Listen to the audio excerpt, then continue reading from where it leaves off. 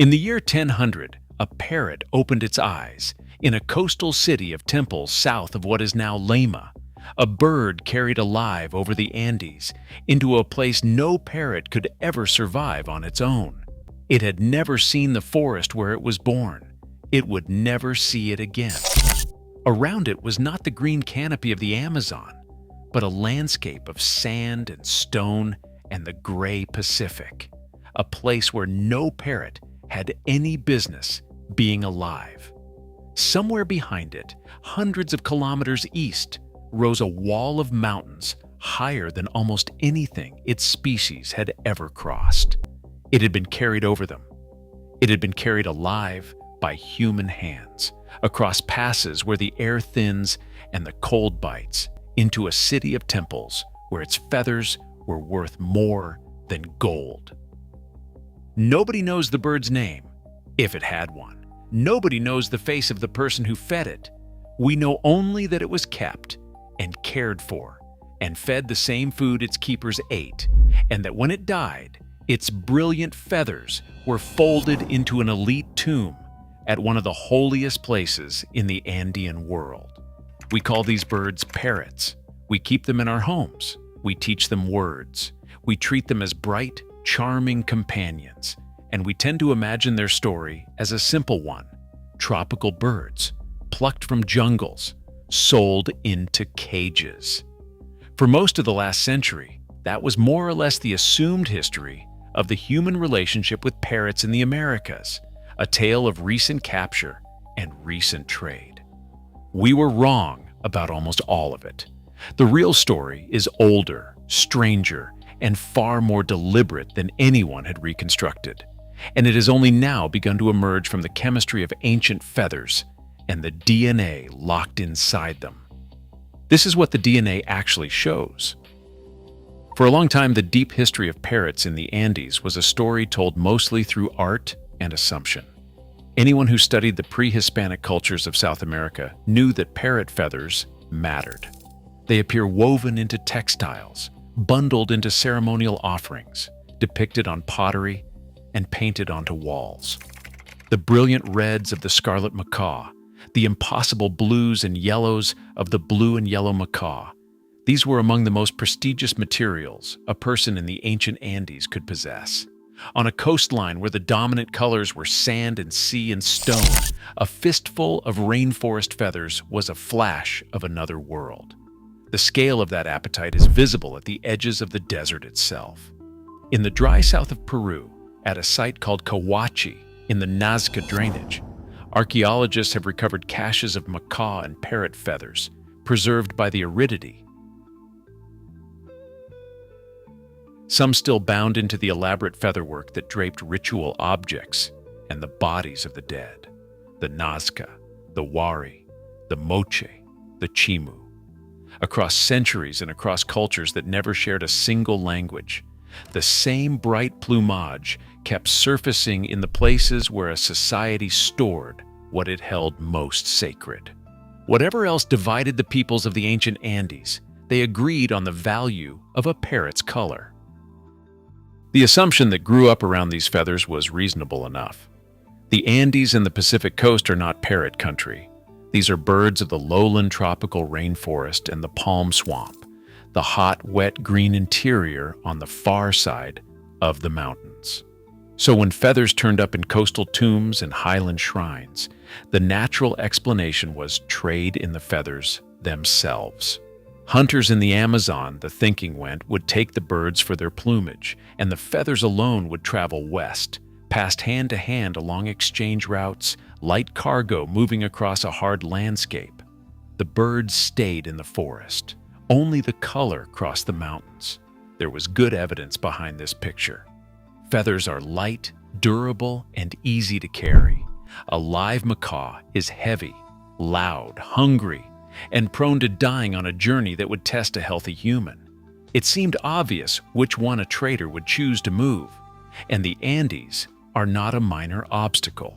They are one of the most formidable mountain barriers on Earth, a chain of peaks and high passes where altitude alone can kill.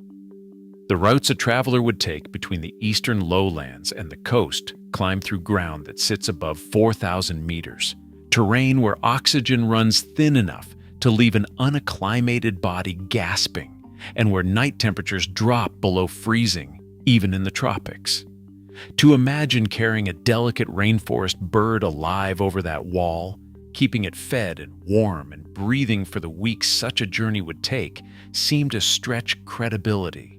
The feathers-only model was simpler, and simpler explanations earned their keep.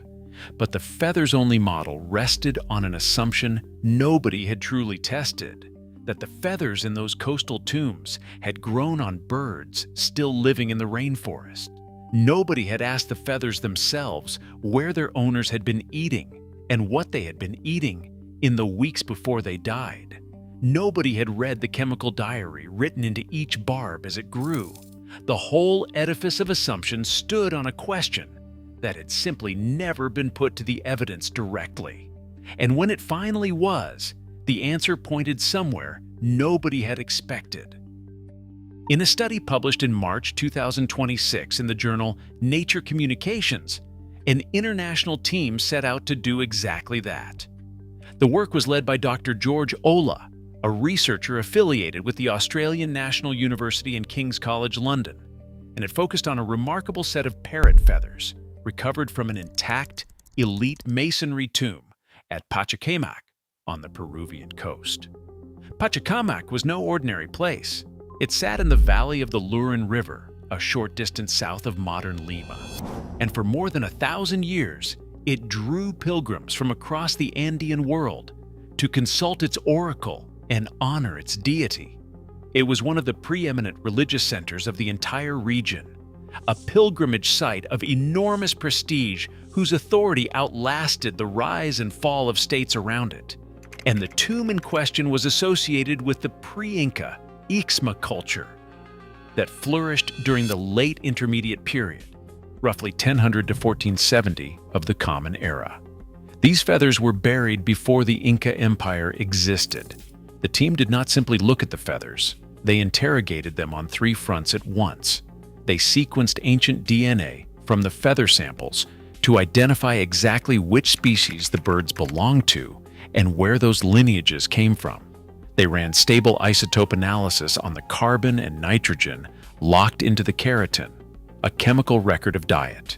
And they built spatial models of the ancient landscape to reconstruct what terrain the birds would have had to cross. The headline finding, stated plainly, was this: these parrots had not been killed in the rainforest for their feathers. They had been carried over the Andes alive, kept alive for a sustained period in a place no parrot could naturally survive, and fed by human hands the entire time. The first revelation came from DNA, and it settled the question of species and origin with a precision no feather trade theory had ever managed.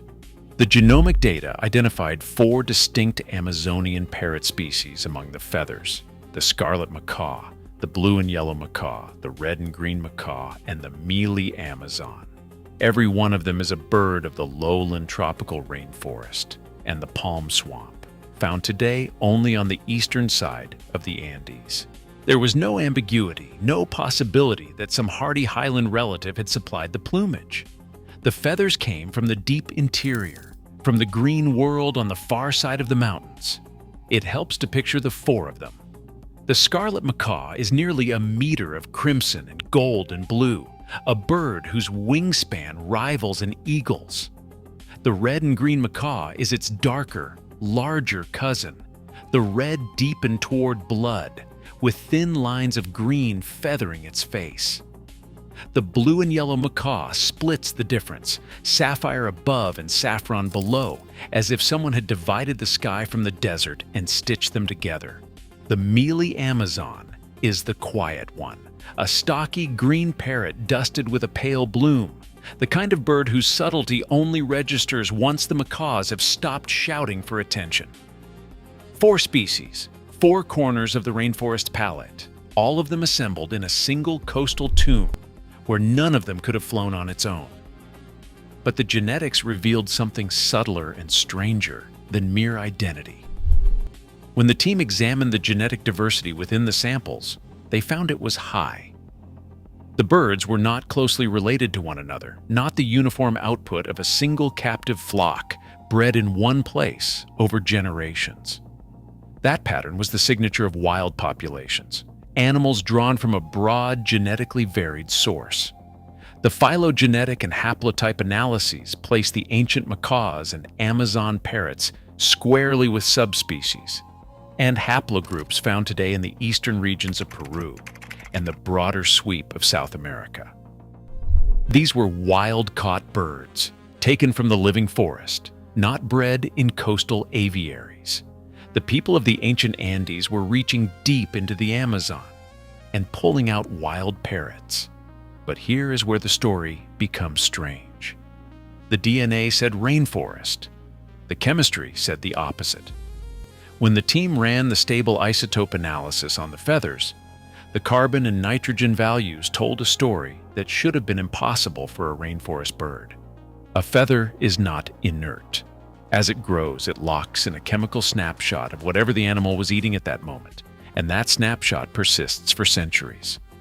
A wild Amazonian parrot eats forest fruits, seeds, and nuts, and its feathers carry the distinctive isotopic signature of that diet. The Pachacamac feathers carried no such signature. Instead, 5 ancient feathers tested from the site showed enriched carbon and nitrogen values that set them sharply apart from any modern parrot living in the Amazonian rainforest. The carbon signature pointed to a diet built on C4 plants, the category that includes maize. The nitrogen signature was elevated in a way consistent with a coastal food web, the kind of enrichment you get from crops fertilized with seabird guano, or from marine protein entering the diet. In plain terms, the chemistry of these feathers was the chemistry of the coast, not the forest. The feathers had grown on birds that were eating corn and coastal food while they were alive, in the weeks before they died. The birds had been on the wrong side of the mountains, eating the wrong food, and they had been alive to eat it. That detail about the guano is worth holding on to, because it ties the parrots into the deep economy of the coast. The Andean peoples mined the droppings of seabirds from the offshore islands, hauling it inland to fertilize their fields long before any European cataloged the practice. And that guano carried a heavy nitrogen signature. Straight into the maize, it grew.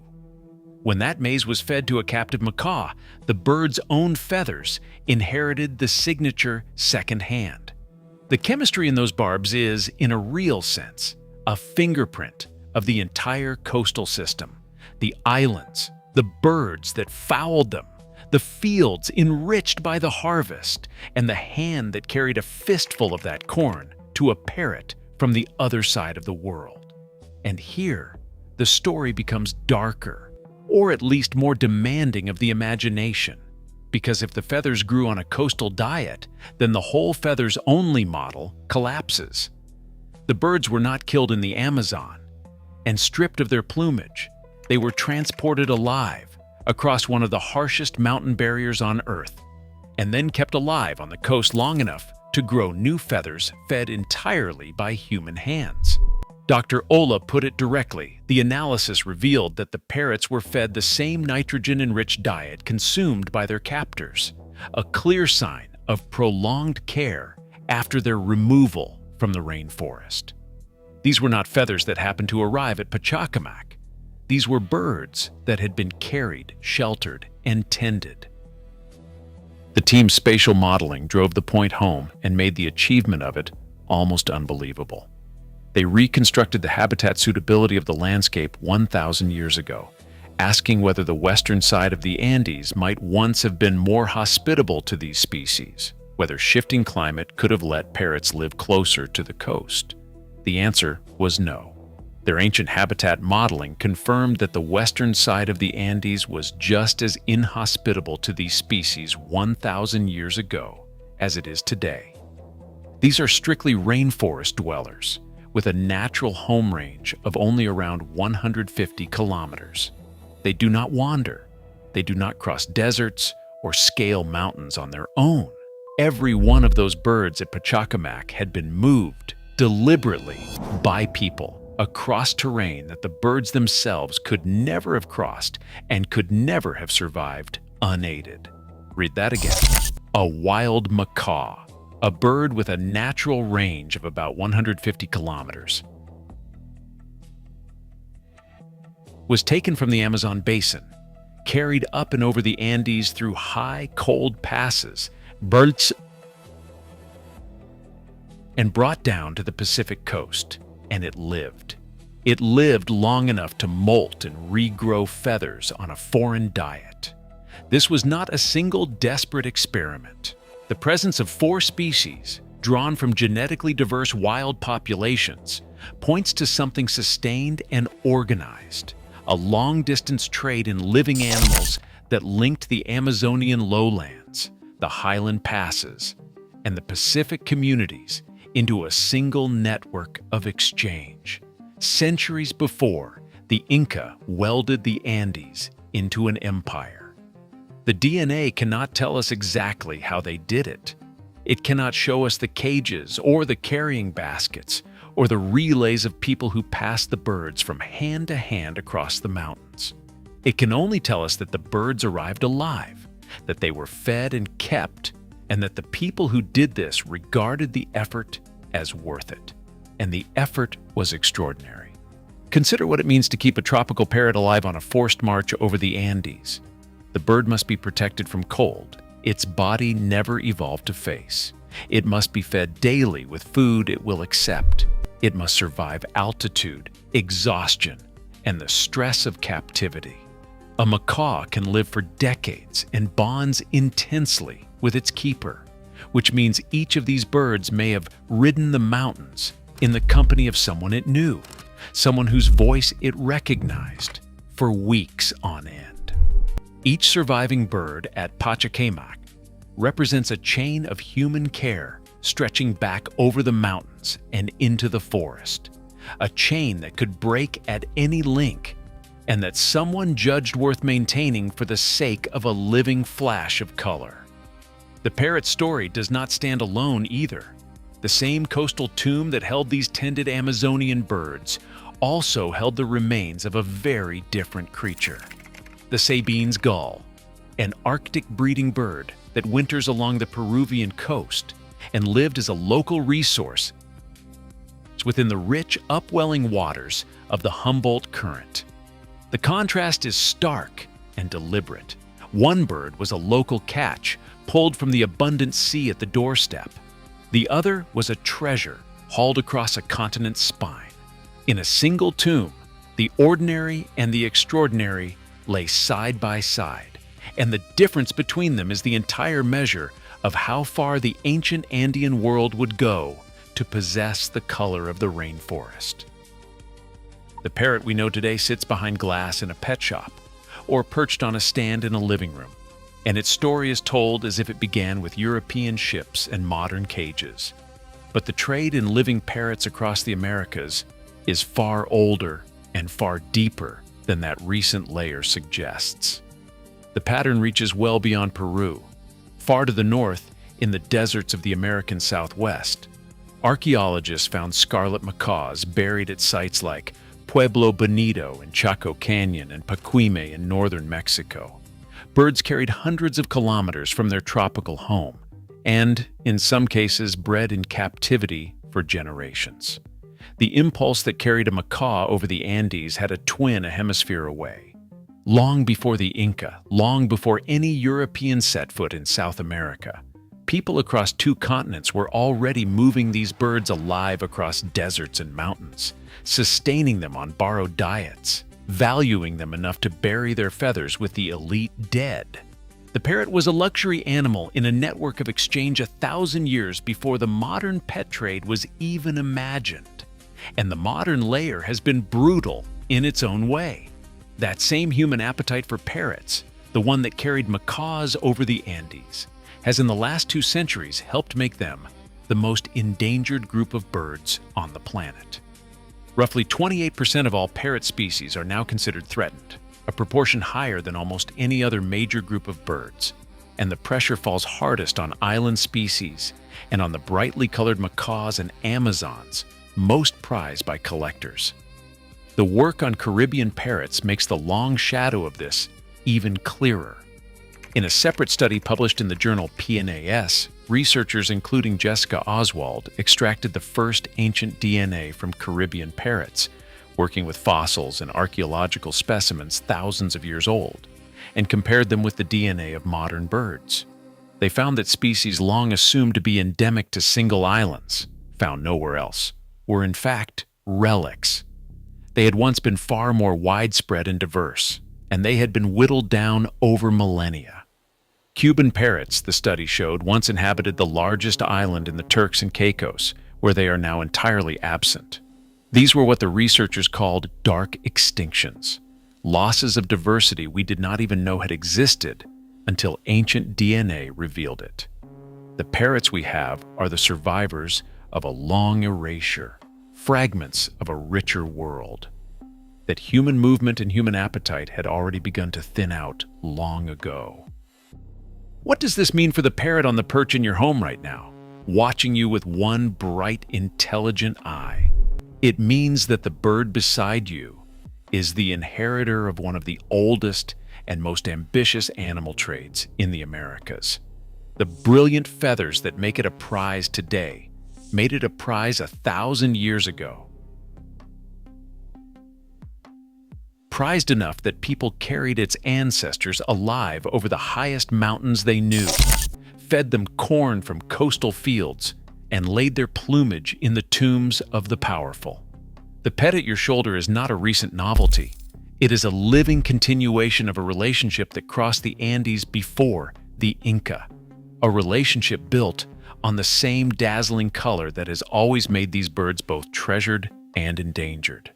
It is a rainforest creature that humans have been moving out of the rainforest for far longer than anyone wrote down, and its kind has been paying for that allure across the same long span of time.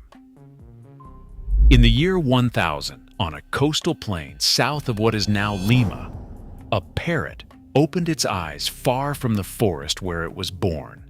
We do not know its name.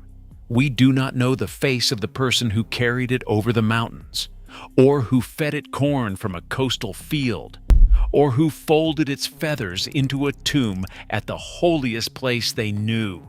But that bird and the long, deliberate journey that brought it there are still with us every time a parrot turns its head to watch us, carrying the color of a forest it has never seen across a distance no one thought it could be carried. If you found this story remarkable, consider subscribing. There are more origins to uncover, and the DNA is only beginning to tell us what it knows.